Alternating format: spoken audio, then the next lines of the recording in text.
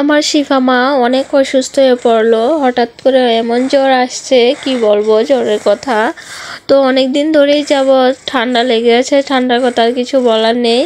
তো আজ ও গালে ধরে হাঁটতেছে আর আমাকে বলে যে মা তেতা, মানে ও ব্যথাকে বলে তেতা। তো কোনো রকমভাবেই আমার শিফা মাকে আজ কোল থেকে নামাতে পারছি না। তো কোনো রকম নামাই এখন রান্নাটা বসাই দিচ্ছি আর কি। তো ও সকালবেলা ঘুম থেকে উঠে কিছুক্ষণ কান্না করে, তো কোল থেকে নামতে চায়নি আজ। তো কিছুক্ষণ খেলাধুলা করে তারপর এমন জ্বর আসছে, তো আমার কোলে এসে বসছে আর কান্না করেছে, গালে ধরে বলতেছিল যে ব্যথা। তো আমার শিফা মার জন্য আপনারা সবাই দোয়া করবেন। একটা সন্তান যখন অসুস্থ হয়ে পড়ে, তো মার কাছে কেমন লাগে আপনারা সবাই জানেন। যাদের বাচ্চা আছে আপনারা তো সবাই জানেন যে বাচ্চারা অসুস্থ হলে মার কাছে কেমন লাগে।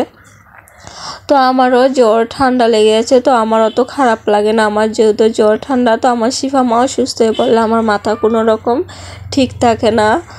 তো আমার শিফা মা যে ছোটো থেকে বড় হয়েছে, এতটুকু পর্যন্ত বয়স হয়েছে, তো ও এত যন্ত্রণা করে নাই। এখন যে যন্ত্রণা করেছে ও অসুস্থ হয়ে, মানে ছোটকালে তো অনেক জ্বালাইছে, তার থেকে ছোট থেকে যেহেতু এটুটুক হয়েছে, এখন এত যন্ত্রণা করেছে আর কি হঠাৎ করে।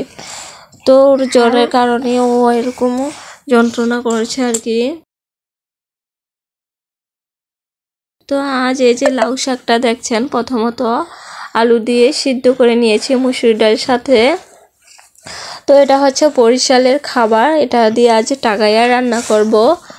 আসসালামু আলাইকুম, আপনারা সবাই কেমন আছেন? আমিও আল্লাহর রহমতে ভালো আছি। আমার ভিডিওটি কাছে কিংবা দূরে, দেশ কিংবা দেশের বাহিরে যারা দেখছেন তাদেরকে অসংখ্য ধন্যবাদ। তো আমি তেলের ভিতরে রসুন কুচি আর পেঁয়াজ কুচি দিয়েছি, এখন কয়েকটা শুকনো মরিচ দিয়ে দিব। তো এটা ভাজা ভাজা করে নিব। যেহেতু এটা বরিশালের খাবার, আমি তো রান্না করতে পারি না, আমি বিয়ের আগে কখনোই এটা খাই নাই, তো বিয়ের পরেই খাচ্ছি। তো মার কাছ থেকে সব কিছু শিখে নিলাম যে কিভাবে রান্নাটা করতে হয়। তো মা বলেছিল যে এটা প্রথমত আলু মসুরির ডাল শাকটা সিদ্ধ করে নিতে। তো এটা সিদ্ধ করে, মানে পানি থাকা যাবে না, শুকনো শুকনো করে সিদ্ধ করে নিলাম। তো এখন এই যে তেলের ভিতরে ভেজে নিব। তো রসুন আর পেঁয়াজ মরিচ আমার ভাজা ভাজা হয়ে গিয়েছে। তো এটা শাকটা দিয়ে এখন স্বাদ মতো লবণ দিয়ে দিলাম। আগে লবণটা দেই নাই, যেহেতু লবণের পরিমাণটা বোঝা যায় না, তার জন্য সিদ্ধ করে তারপর আমি এই যে ভাজা ভাজার ভিতরে লবণটা দিয়েছি। তো আমার শাক রান্না হয়ে গিয়েছে। এখন একটা মানে ছোট থালে বেড়ে নিচ্ছি।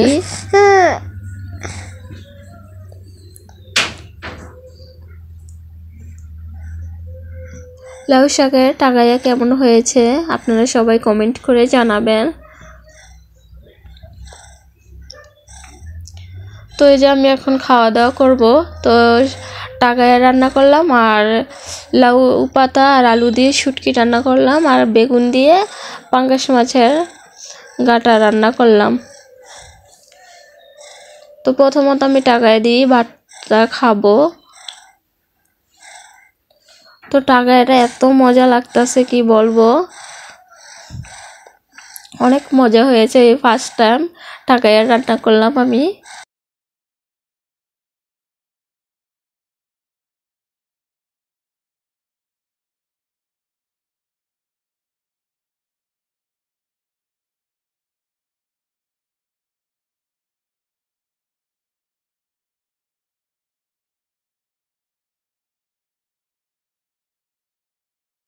আমার ভিডিওটি কেমন লেগেছে সবাই কমেন্ট করে জানাবেন। আল্লাহ হাফেজ।